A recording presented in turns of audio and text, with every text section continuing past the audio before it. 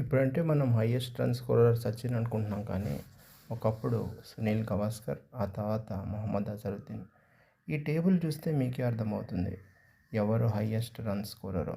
సచిన్ టెండూల్కర్ చూడండి, మెల్లమెల్లగా పైకి పైకి ఎగబాకుతూ హైయెస్ట్ రన్స్ ఒకప్పుడు అజరుద్దీన్ పేరు మీద ఉండేవి, 7,000 8,000 రన్స్. ఆ తర్వాత అజరుద్దీన్ ఒక్కసారి క్రికెట్ నుంచి ఆ, ఏమంటారు బ్యాన్ అయిన తర్వాత సచిన్ ఉండే ప్రామినెన్స్ పెరిగింది.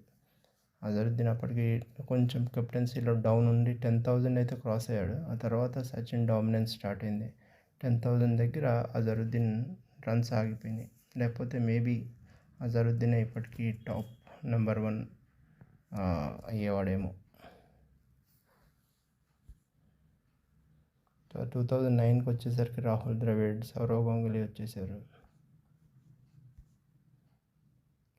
2015కి వచ్చేసరికి సెహ్వాగ్ టాప్లో వచ్చేసాడు, 9,200 రన్స్. చాలా ఫాస్ట్గా వచ్చాడు వీరేందర్ సెహ్వాగ్. అసలు 2013లో 9,000, 2008లో 7,000 దగ్గర ఉన్నాడు సెహ్వాగ్. అసలు సెహ్వాగ్ ఎక్కడ స్టార్ట్ అయ్యాడు చూద్దాం. 2006లో స్టార్ట్ అయ్యాడు. 2006లో 5,000 రన్స్ ఉన్నాడు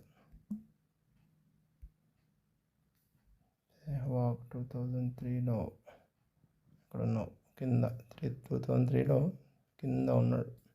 అజయ్ జడేజా, నవజోత్ సింగ్ సిద్ధు, రవి శాస్త్రి అందరినీ క్రాస్ చేసుకుంటూ వచ్చాడు.